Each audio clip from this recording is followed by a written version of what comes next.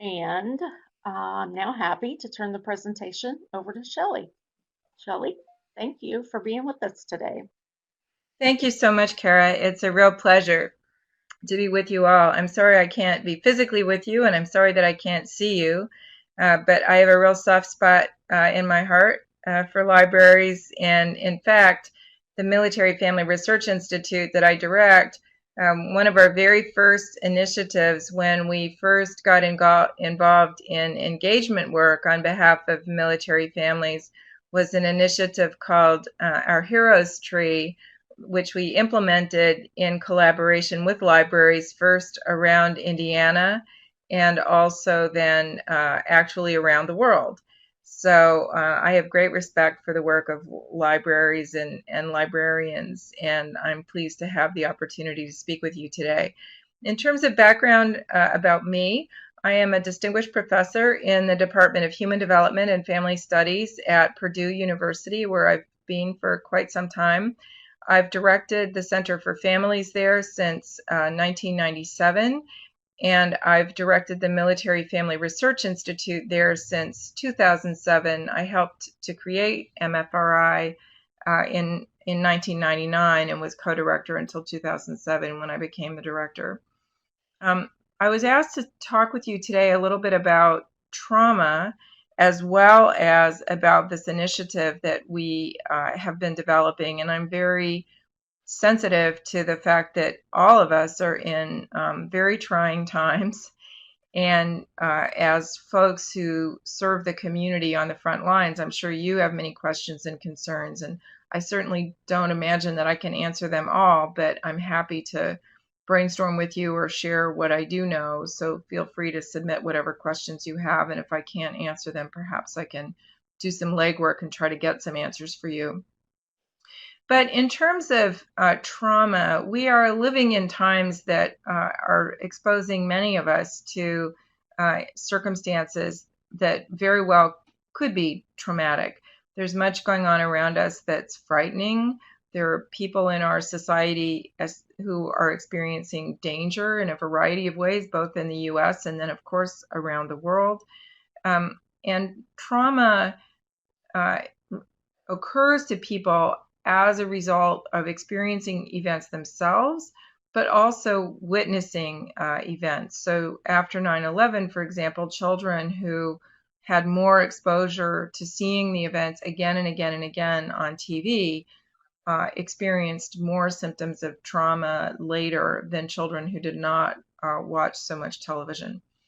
Um, it, Events are not by definition traumatic. In other words, any event, almost any event, I suppose, could be traumatic in some way, but whether it will be or whether it won't be depends a lot on the person. Although some events are so cataclysmic that it's very likely that they're going to produce trauma in those who experience them. And the signs of experiencing trauma I've listed here: strong both emotional, psychological reactions as well as physiological reactions. And in some cases, those can persist over time. As I said, many kinds of experiences can be traumatic, and they can vary in severity. Very common examples, of course, are natural disasters, experiencing violence, um, serious accidents, dealing with the substance abuse of a loved one. But there are many, many examples. Um, Post-traumatic stress symptoms are typical in the aftermath of traumatic experiences, but post-traumatic disorder is not typical. It does not typically occur. It occurs in some circumstances, and it refers to a particular kind of post-traumatic stress that persists for a long time, that has several characteristics. In most cases, our symptoms of post-traumatic stress will gradually fade and not be debilitating. But in some cases, symptoms do persist and do become a problem for daily life, in which case treatment, of course, is warranted. Um, these experiences can have serious and long-term consequences, but they don't have to. Every experience has different characteristics, how long it goes on, how severe it is, how unexpected it is, and so on. And every person also has different risk and protective factors. So each of us lives in a very kind of individual space in terms of the shape that we're in when we come to trauma and then how we come out of it on the other side. What does it mean to operate in a trauma-informed way, and Shelley, how can can you? that in particular? Yeah, sure. Shelley, I was just going to ask Go if ahead. you want to minimize your Adobe bar down there in the right-hand corner. It's covering some of the text on your slide, not this one. Okay, There you there you go. go. Sorry Okay, about thank that. you. I didn't know No, I could that's do fine. that. Thank you. I learned something today. Good for me. Um, so, and how can libraries operate in trauma-informed ways? Most of the time, we're talking about maybe schools or medical systems and others operating in trauma-informed ways, but some of these principles can apply to libraries as well. Every patron who comes through the door may be dealing with the consequences of traumatic experiences. In fact, every staff member might be also. I think about that when I'm in the classroom, if I ever get to be in the classroom again, and looking out among my students. I know that in the room there are people who have experienced the death of a parent or divorce or substance use or other experiences in their life that might be quite traumatic. And so being mindful about that is a good first step. Making sure that your collections and displays are helpful, provide resources for people to learn about trauma and how to deal with it, and are supportive. And conversely, perhaps are sensitive to the possibility of triggers or traumatic reminders. And there are common examples of these things. And so there may be, I'm sure that you're doing this already, given your sensitivity to children and that sort of thing, but it is something to be mindful about. Becoming aware of community organizations that support adults and children who have experienced traumatic experiences.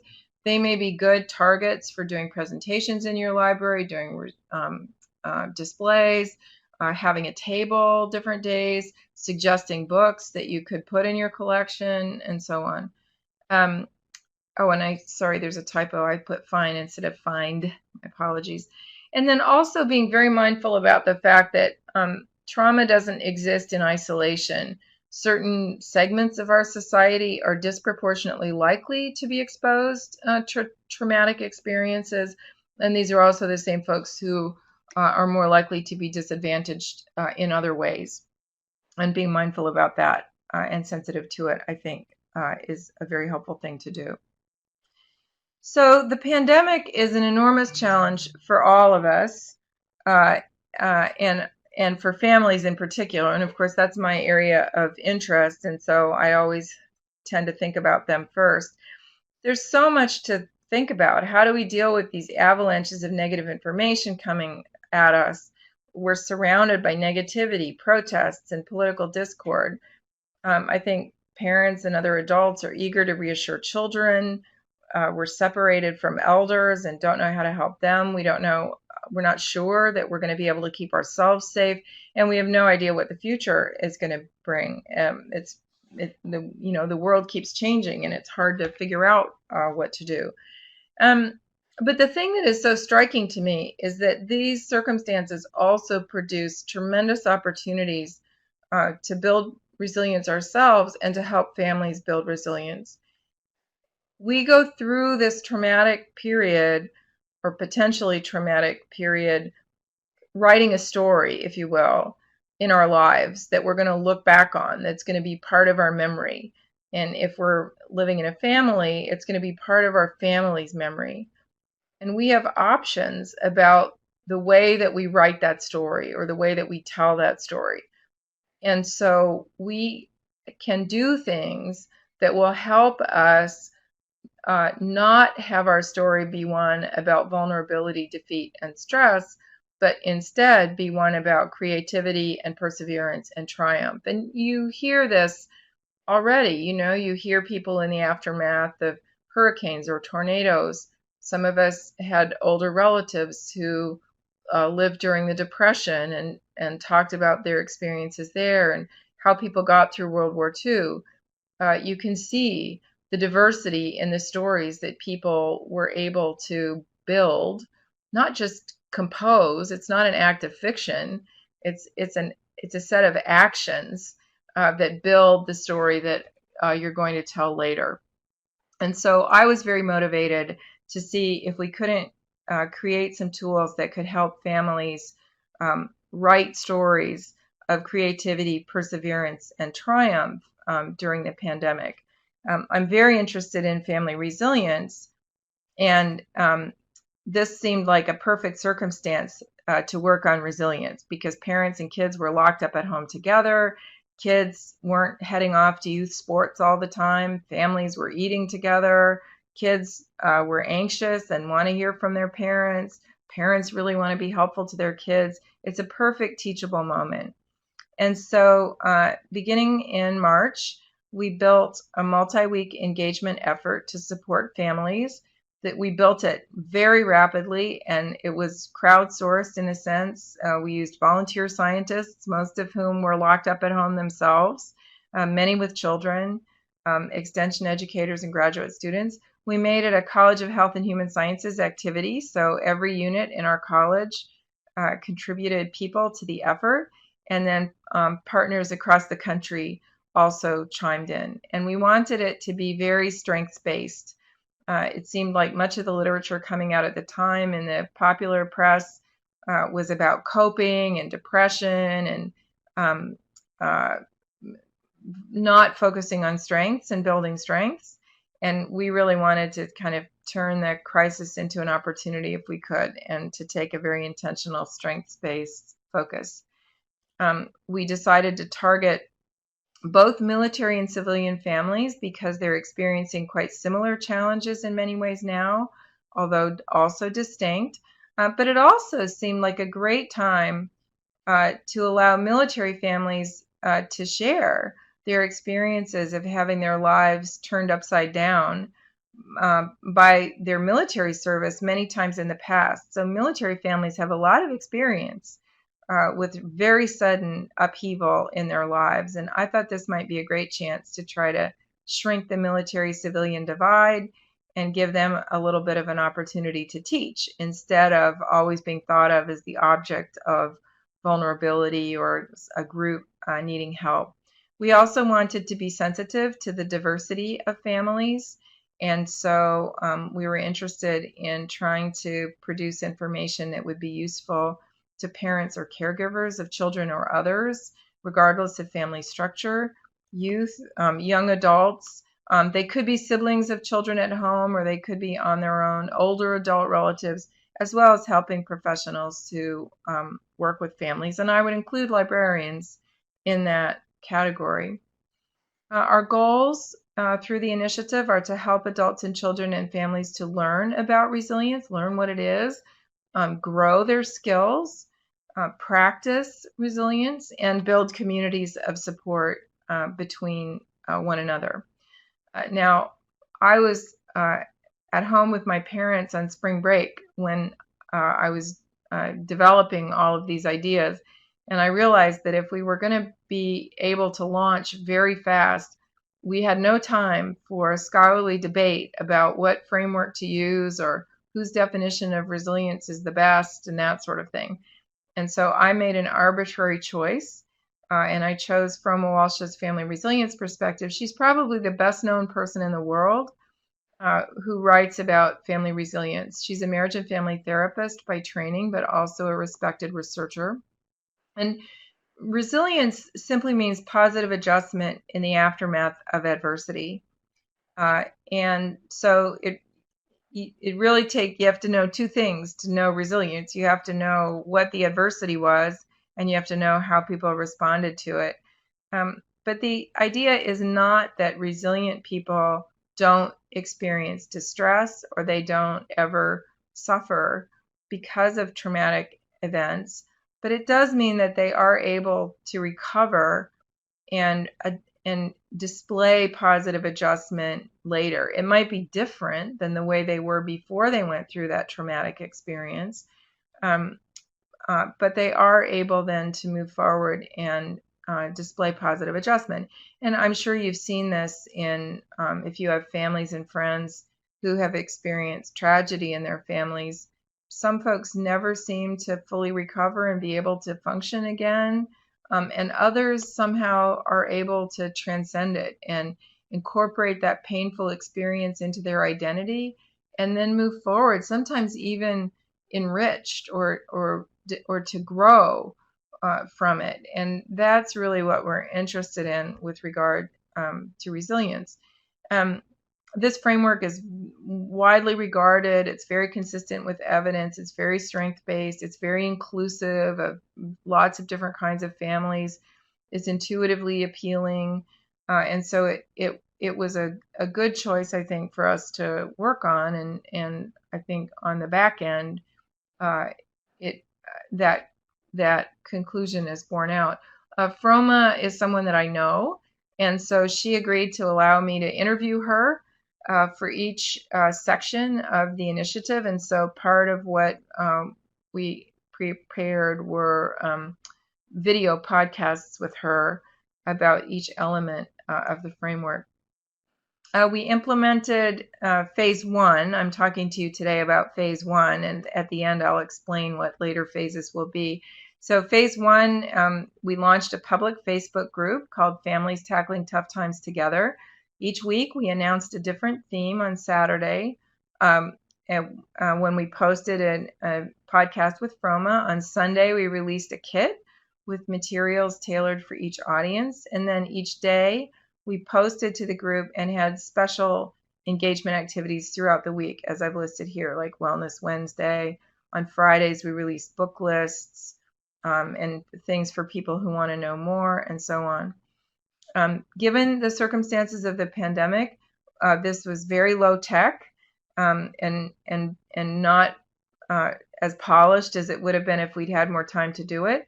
And we did not design it to be sequential, really. We understood that families are really busy. They don't have time to sign up for a 12-week class or something. They might do all the things in a kit in a week, or they might do none, or they might do one. We wanted to focus very much on the activities of daily life and not give them more things to do. Lists of websites sometimes are not helpful because it's just a bunch of research that people have to do. And in the pandemic, when you might have had 6 people sharing one computer, it ends up just not being very feasible. So our focus was on curation rather than creation and producing carefully selected ideas for families to consider that they didn't have to go and do more research about if they didn't want to. Here I've shown on the left the goals that I already told you about, and on the right I indicate the kinds of activities that we, or the elements, if you will, of the initiative that address that goal. So we've involved our scientists who are experts about various things and made it possible for participants in the group to ask them questions. We posted summaries of research and so on and so on. You can see the list there. And of course, you'll have access to these slides after. So if you're interested in more details about anything, you can see them here. This is the list of themes by week. As I said, they're not sequential. You can pick any one in any week. These are directly built on Froma's framework. So on the right are the list of the elements in her perspective. And on the left is the theme name that we gave to that particular element. And you can see the skills that we were trying to help families develop. So sharing a positive outlook, collaborative problem solving, connectedness in the family, and so on. Each of those things is something that contributes to resiliency and that families who display resilience tend to do. And each has associated with it certain kinds of skills or behaviors that you can engage in that will help build that ability in yourself, but also in your family. The difference between family resilience and resilience among individuals is that families who are resilient share these properties or characteristics. They do these things together, or they have confidence that others in their family have the same perspective that they do. So you could have a family that's made up of multiple resilient individuals, um, but you might still not have a family that is well prepared to display resilience. So we were really trying to focus on family resilience, and that means a lot of the activities and ideas that we would suggest would be things that you would do with someone else, or that you would help someone else do, so that you're doing these things together and building your shared resilience, if you will. This is one example. This is a post actually from somebody who helped create the initiative. You can see it's week 3. It was from an activity related to children about collaborative problem solving. And I love this example. I think it's one of my favorite things the whole time. And I'm sure we can all imagine the upper picture. Out for a walk in the woods, kid gets tired, doesn't want to go anymore, mom's already carrying a baby, little boy tantrums, lies down on the dirt. My own stepson, he's done this to me. He did this to me many times when he was young. And you can also imagine the power struggle that would often ensue. Get up and walk to the car. It's really close. 1, 2, 3, right? And at the end of it, then you have an annoyed mom, a frustrated kid, and a not very happy ending to a day. And this example is quite different, where the kid came up with his own solution, the child came up with his own solution, and mom was okay with it and let him do it. And now they have a story of creativity and triumph, as opposed to vulnerability and defeat. And so it's a lovely example of the kind of principle that I've been talking about. So as I discussed, phase 1 is now complete. We launched in the middle of April, and released each theme on the group, and all of the material is still there. You can join the group and get any of the material that you want. It's all there, all the posts. Phase 2 is now beginning, and this summer we're going to go through the themes again, but we're going to do it just in kind of a light way. We're just going to release some posts each week, and we're going to try some different things to see how they do in terms of engagement. We want to get more conversation going among group participants.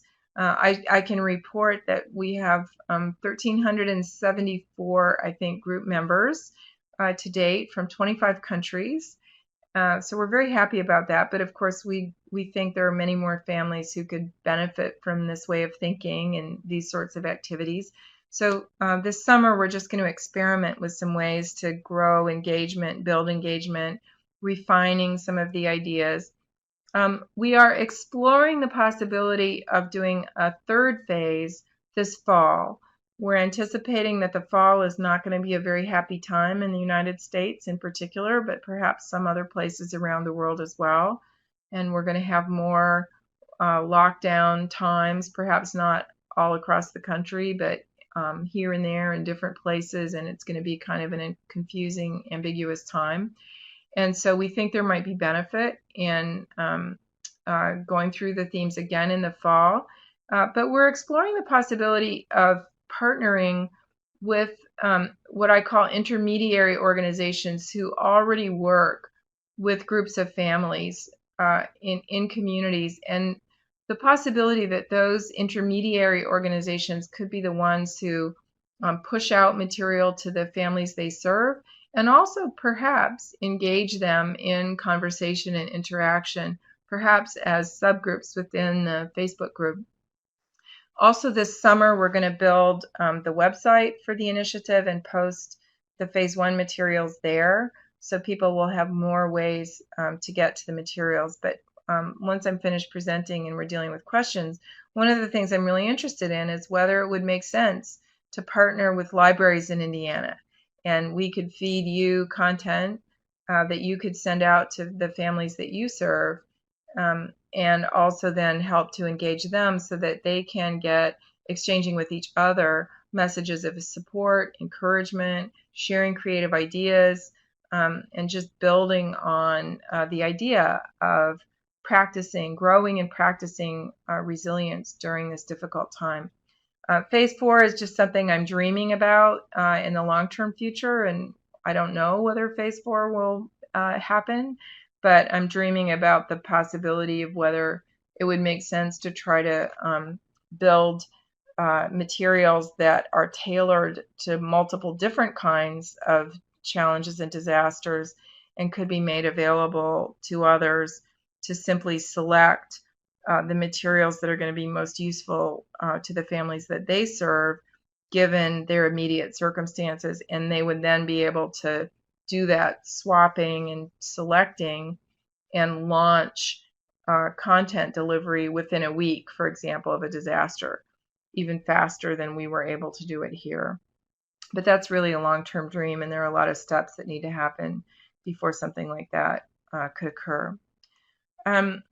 So I'm interested in imagining what a partnership could look like. I'm not in a position yet to make any commitments, and I'm sure you're not either.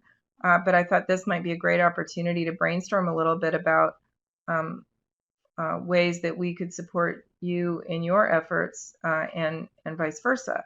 So we're always interested in trying to help and support libraries in their work, and we're interested in achieving greater reach and impact of our initiative, and we think libraries might be able to be helpful with that as well. I think, oh yeah, so on this slide is the link to the Facebook group, and in the not very distant future, we'll be launching the website, and you'll be able to get content there.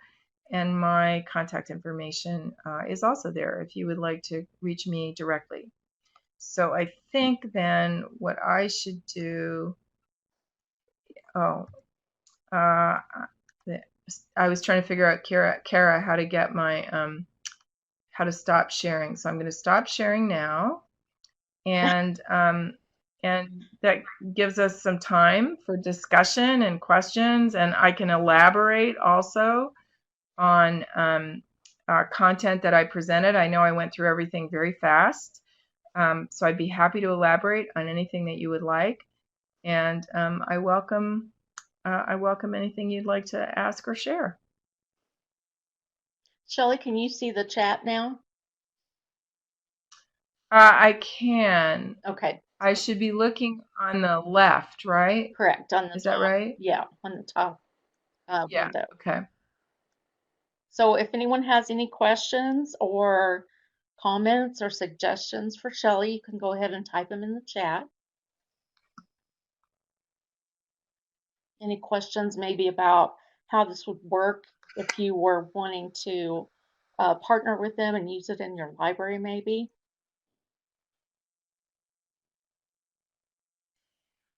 I guess I'll ask that question. What would be the first step to do that? Well, I think because I haven't quite figured out exactly what this could look like, I think maybe an early step would be just to try to understand a little bit about how libraries that were interested in partnering in this way communicate, for example, with families in their communities. Would this be something that I assume most libraries do have Facebook pages and they're sending out newsletters and things? Is that the primary way they could imagine it? Or would they want to do displays in their libraries about family resilience? So just exploring, getting to know each other a little better, I guess, is how I would describe it. Okay.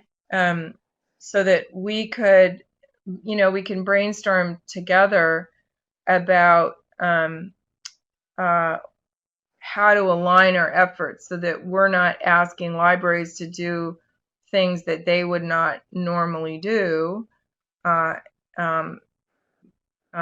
also we're able to feed things that will help us reach families. So, for example, I'd be happy to have brief telephone calls or exchange emails with librarians who were interested, or we could have a conference call or something just to brainstorm about some things that might make sense to do.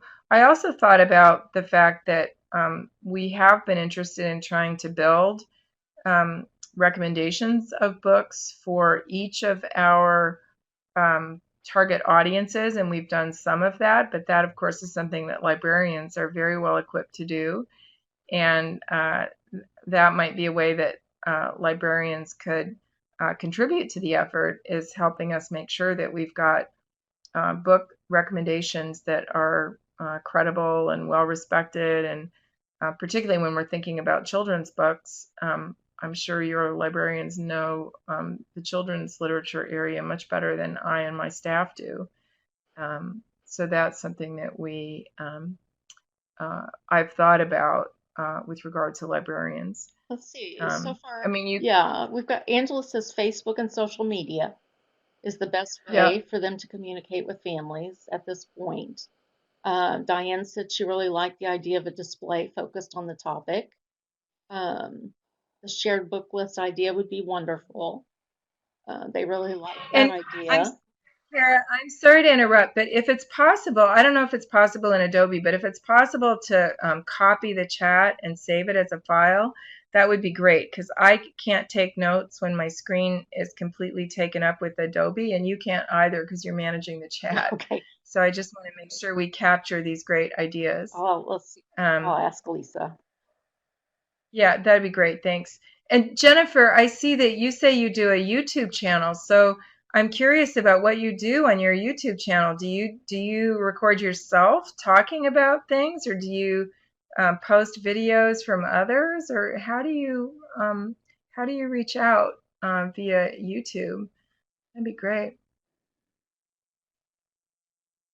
Oh, I love the idea of bags with the information. That's a great idea. And some of the things that we found, I mean, some of these resilience skills are just so simple. And yet, for some of them, the scientific evidence is completely powerful. So, for example, gratitude.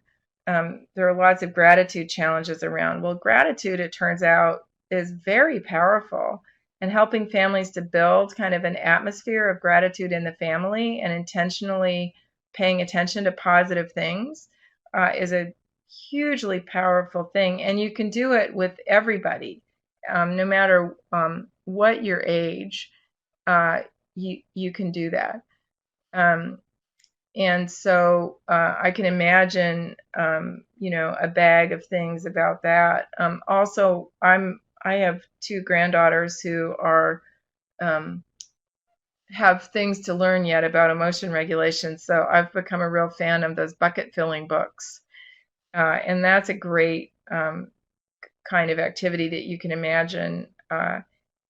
Putting in a bag, a picture of a bucket, for example, and giving folks an opportunity to fill a bucket with some Post-its, for example, about kindness or other things that they're doing.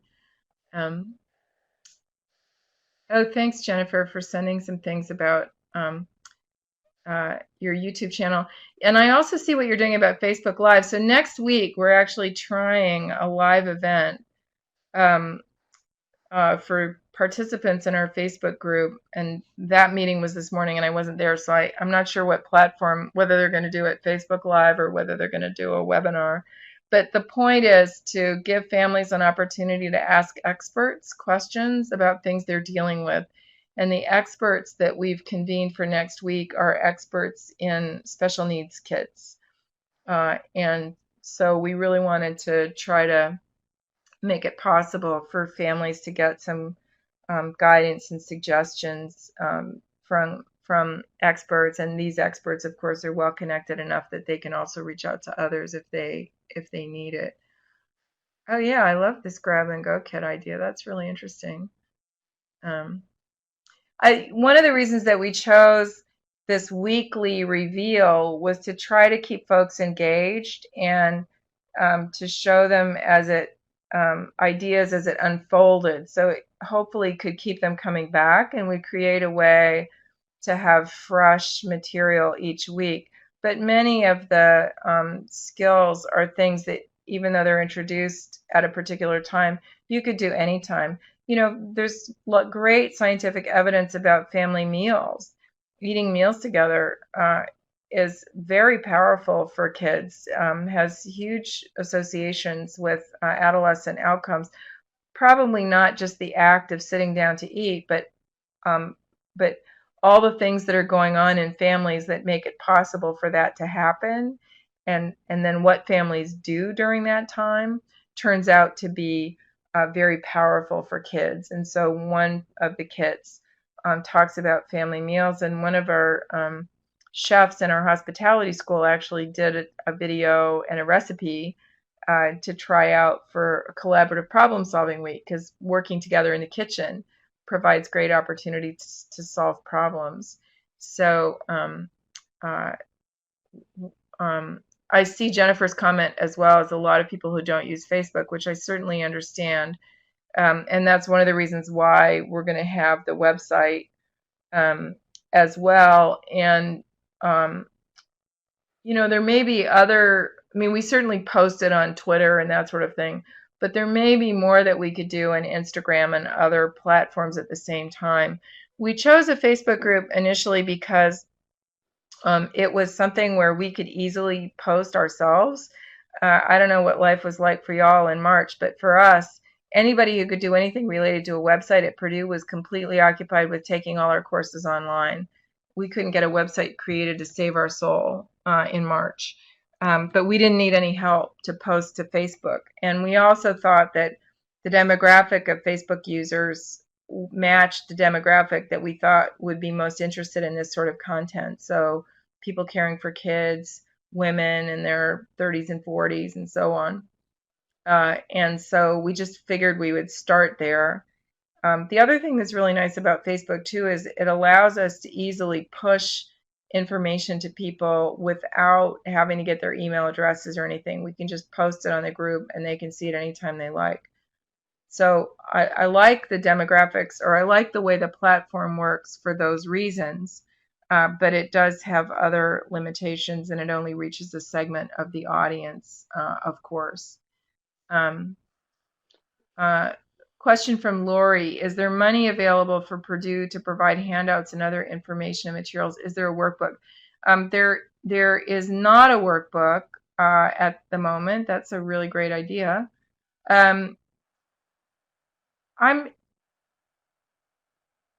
It's probably possible. Let me say it this way: it may be possible to provide some help with the handout materials, but I'm also pretty confident that we wouldn't be able to cover the entire cost of something like that, just because, like everywhere else, Purdue is being very, very careful about money right now. So well, that's something that we could talk more about, what's the most efficient or effective way to do these things. And I also see Jennifer mentioning Discord. I don't know anything about Discord, so that's something I'm going to have to go look up. We have not tried to reach out directly to teens and tweens, but we have been working with the Cooperative Extension Service all the way along, and I anticipate that they will be disseminating materials in the fall as well. When Kara first invited me to do this, she did indicate that folks might have interest in issues related to trauma. And Kara, I'm sorry, I keep saying Kira. I have someone named Kira who works for me. Kara, is it Kara or Kara? Kara. Kara. Yes. I can't remember, Kara. Did you also mention adverse childhood experiences, the ACEs stuff? No, but you're welcome to talk about it. Well, it's fine. It's just become a very common approach for thinking about exposure to trauma. And so there's a standard list of adverse childhood experiences. That's what ACEs stands for. that increasingly folks are screening for in primary care and other places, although there's always debate about, well, should we be adding this thing to the list or that thing to the list, and should the thing that's on the list be on the list? But exposure to the standard adverse childhood experiences is associated with all kinds of outcomes in adulthood. Medical conditions, insomnia, just all kinds of issues. These are associations, correlations, not causation, although I think the people who write about it think about it in a causal way.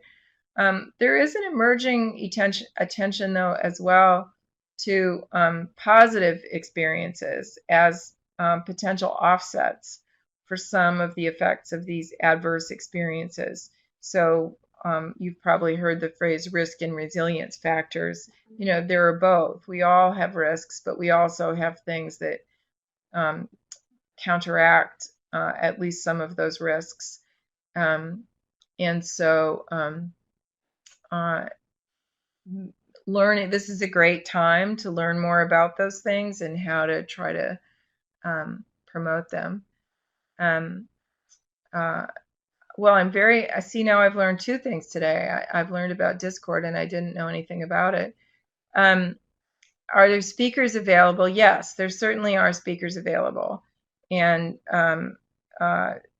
speakers can be available, I think, about a variety of topics, and would be very happy to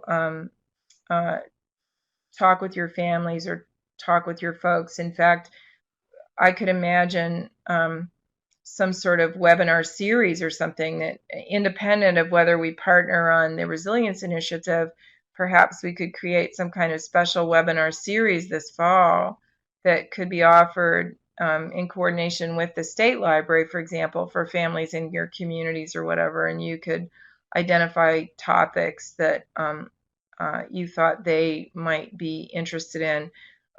There are over 70 scientists who contributed to this effort, and they're experts in everything from mental health issues to issues related to aging, to spirituality, to public health, to kids with special needs, to young children. And so there's lots of diversity there.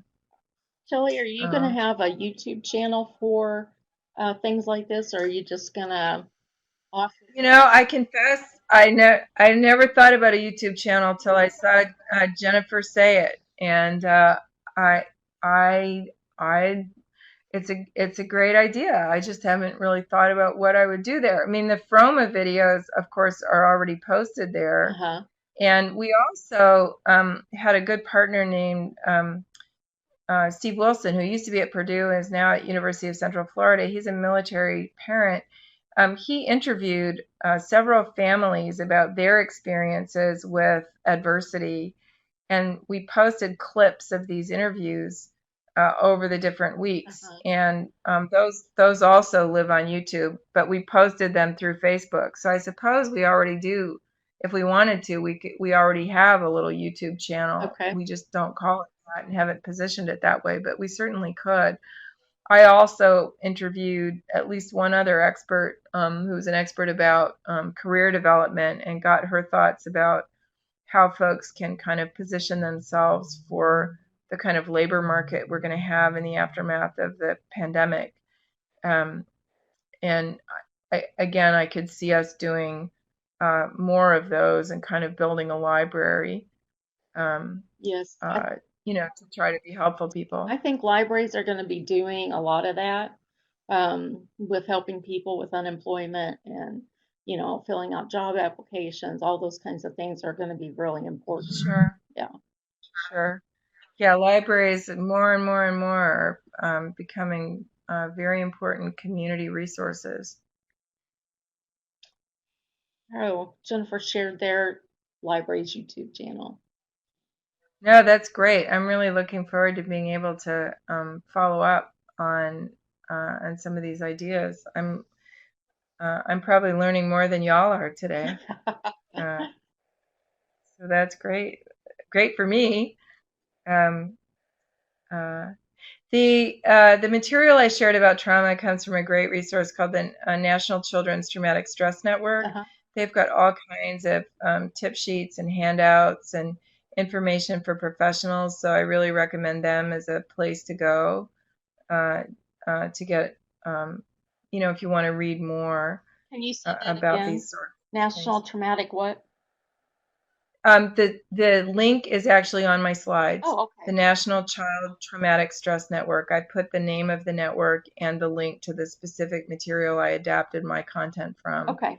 um, right on the slide, uh, Perfect. so folks can get it. I see that folks have observed that the continuing ed certificate is wrong, and yes, that It is. Kara knows that. She'll fix I that. am going to send Uh, out email, a follow-up email with the webinar link, a recording link, and then I'll also attach the LEU certificate, the correct one, to the email. yeah, great, Sorry about that. great. No, that's no problem. Uh, I'm sure folks understand.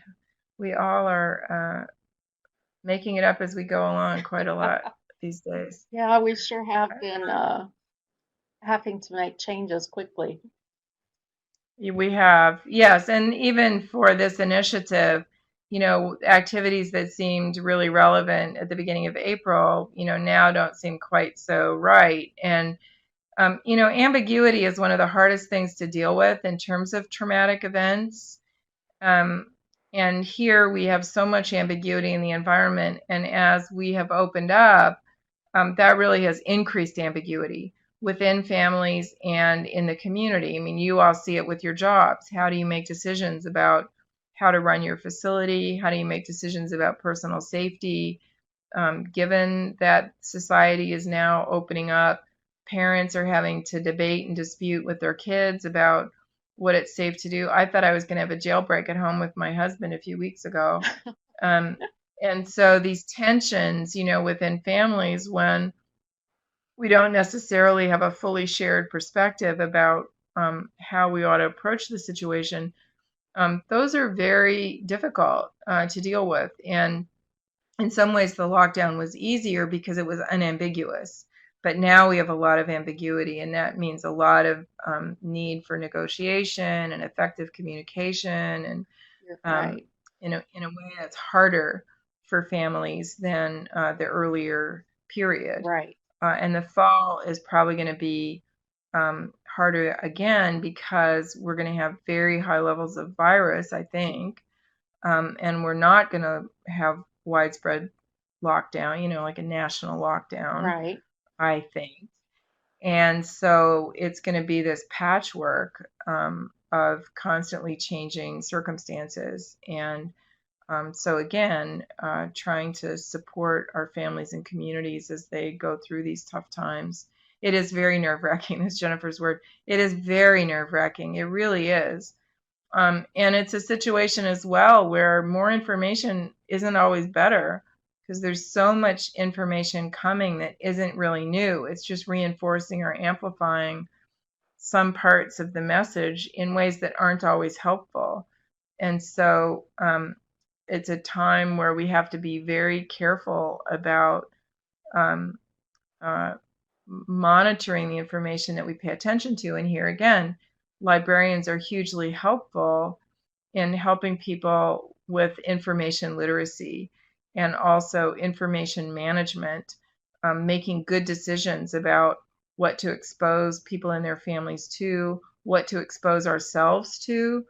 Uh, it makes great sense to limit your the degree to which you're paying attention to and checking in with news sorts of things, but then you have to replace it with something. Like, what are you going to do as an alternative?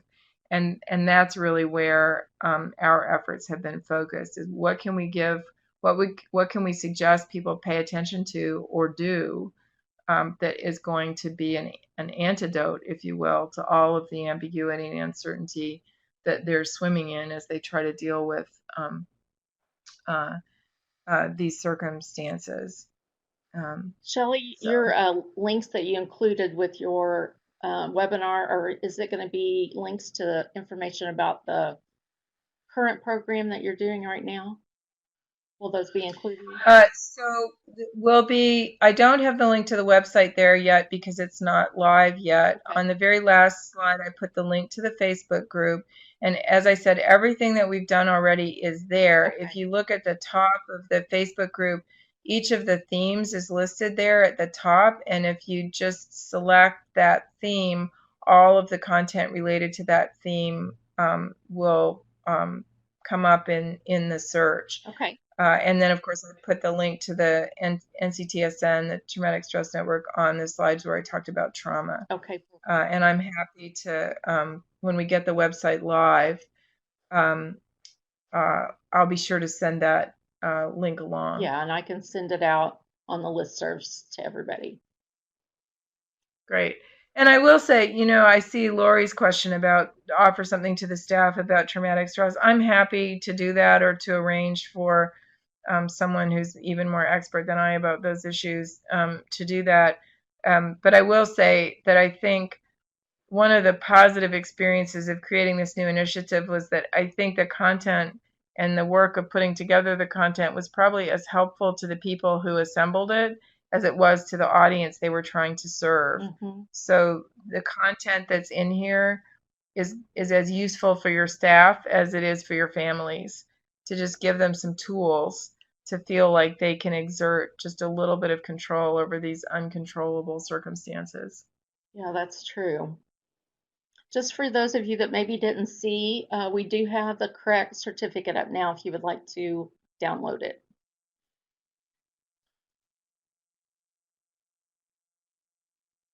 Yes, and thank you, Shelley, so much for sharing all this information with us. I think that based on the comments I'm seeing in the chat, it looks like people would be very interested in partnering and, trying to share this material with their families in their communities. So, Well, that'd be great.